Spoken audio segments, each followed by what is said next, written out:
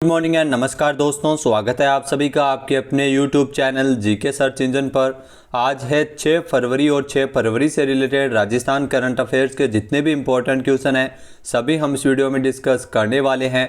तो पूरा वीडियो बहुत ध्यान से देखना और वीडियो के एंड में मैं आपसे एक क्वेश्चन पूछूंगा जिसका आंसर आपको कमेंट बॉक्स में देना है।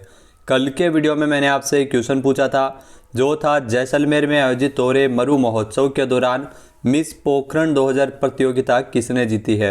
तो ये प्रतियोगिता नियति शर्मा ने जीती थी, यानी कि बी ऑप्शन इसका बिल्कुल सही था। जिन दोस्तों ने बी ऑप्शन कमेंट बॉक्स में सही जवाब दिया था उनको हार्दिक शुभकामनाएं।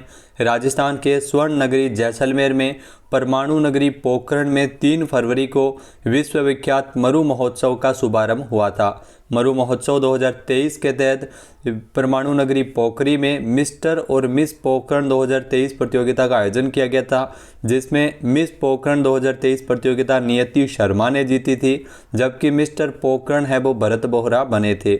इसके बाद कैबिनेट मंत्री शाले मोहम्मद द्वारा इनको अवार्ड दिया गया था। जैसलमेर के जिला कलेक्टर है टीना डाबी।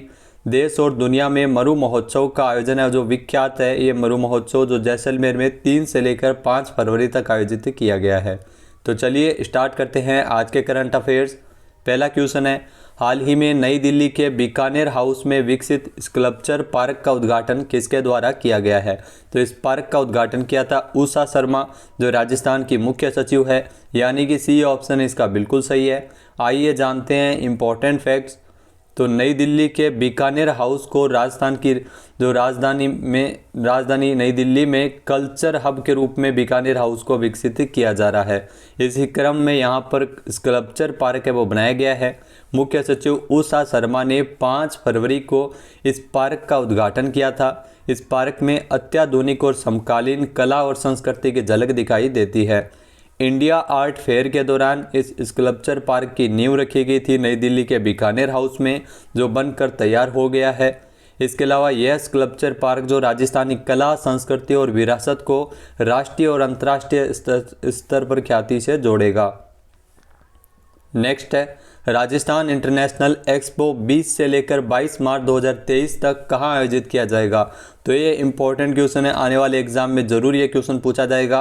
राजस्थान इंटरनेशनल एक्सपो का आयोजन है वो 20 से लेकर 22 मार्च तक जोधपुर में किया जाएगा, यानी कि सी ऑप्शन इसका बिल्कुल सही है। आइए जानते हैं इंपॉर्टेंट फैक्ट्स।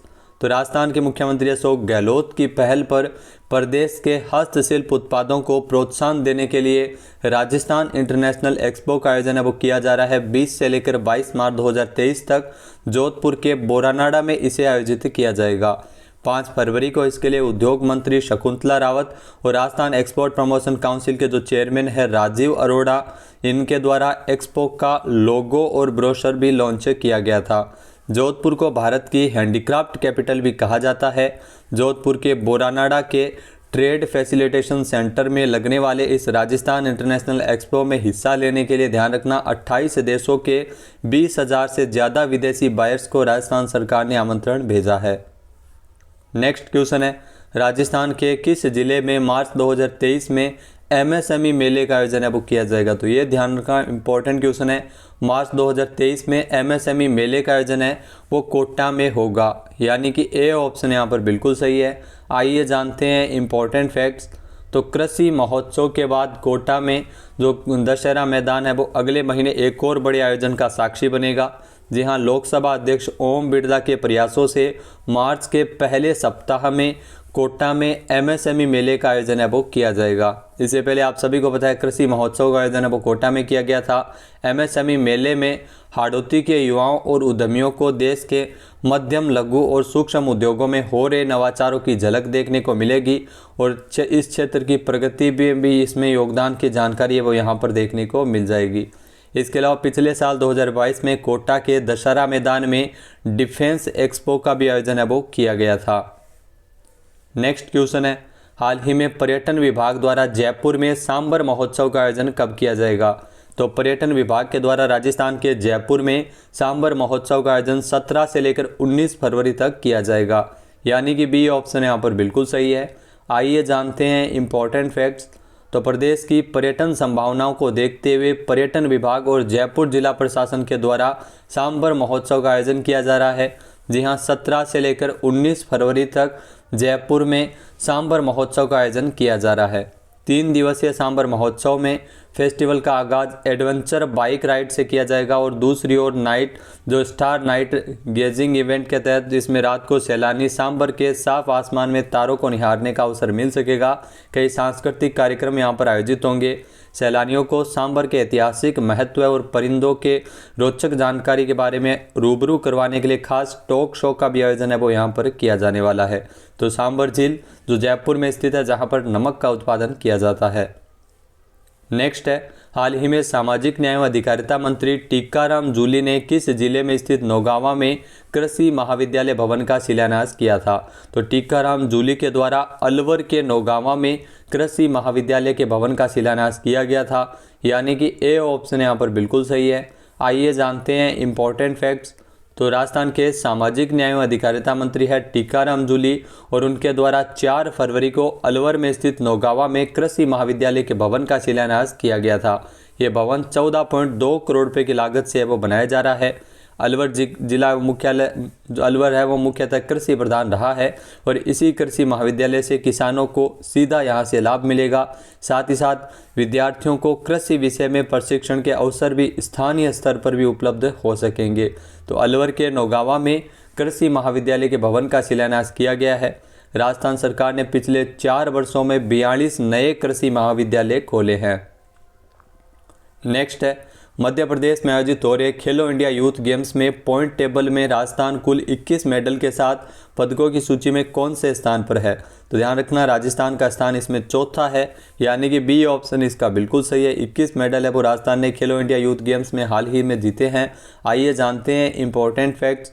तो खेलो इंडिया यूथ गेम्स में Rajasthan 9 gold medal, 4 silver medal और 8 ब्रॉन्ज पदक के साथ कुल 21 मेडल के साथ पदकों की सूची में फिलहाल चौथे स्थान पर है। मध्य प्रदेश में 5वें खेलो इंडिया यूथ गेम्स का आयोजन है वो किया जा रहा है। यह क्वेश्चन सीटी के एग्जाम में पूछा गया है कि कौन से खेलो इंडिया यूथ गेम का आयोजन है वो मध्य प्रदेश में हो रहा है। तो ध्यान रखना, 5वें खेलो इंडिया यूथ गेम्स का आयोजन है वो किया जा रहा है। इस प्रतियोगिता में 27 तरह के कुल गेम खेले जाने हैं और यह 30 जनवरी से लेकर 11 फरवरी तक आयोजित हो रही है। खेलो इंडिया यूथ गेम्स 2023 में तो देश भर के 6000 से एथलीट इसमें हिस्सा ले रहे हैं। खेलो इंडिया यूथ गेम्स में अगर बात की जाए तो हरियाणा अब तक कुल 21 गोल्ड मेडल जीतकर पॉइंट टेबल पर पहले स्थान पर बना हुआ है और 20 गोल्ड मेडल के साथ महाराष्ट्र है जो सेकंड पोजीशन पर है। राजस्थान का स्थान इसमें चौथा है, 9 गोल्ड मेडल राजस्थान ने जीते हैं। नेक्स्ट है, जल जीवन मिशन रैंकिंग में दिसंबर 2022 में राजस्थान का देश में कौन सा स्थान रहा था? तो जल जीवन मिशन की जो रैंकिंग है जिसमें दिसंबर 2022 तक राजस्थान का 30वां स्थान था, यानी कि बी ऑप्शन यहाँ पर बिल्कुल सही है। आइए जानते हैं इंपॉर्टेंट फैक्ट्स। तो जल जीवन मिशन रैंकिंग में राजस्थान का देश में 30वां स्थान है। जल शक्ति मंत्रालय के अनुसार 28 दिसंबर तक की स्थिति के अनुसार, तो जल शक्ति मंत्रालय की ताज़ा रिपोर्ट है जिसमें प्रदेश के 31,83,197 ग्रामीण परिवार ही नल जल से जो जुड़ पाए हैं इस मिशन के तहत। दिसंबर 2022 तक मिशन के तहत इसमें महज 21.36% को ही नल जल कनेक्शन से जोड़ा गया है।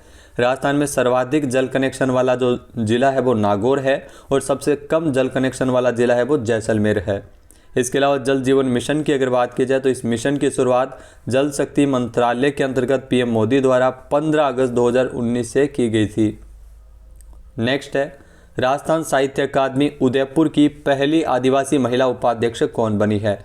तो राजस्थान साहित्य अकादमी उदयपुर की पहली आदिवासी महिला उपाध्यक्ष बनी है डॉक्टर सुनीता घोगरा, यानी कि ए ऑप्शन यहाँ पर बिल्कुल सही है। जो आपको तस्वीर में दिखाई दे रही है डॉक्टर सुनीता घोगरा, ये राजस्थान साहित्य अकादमी उदयपुर की पहली आदिवासी महिला उपाध्यक्ष बन गई है।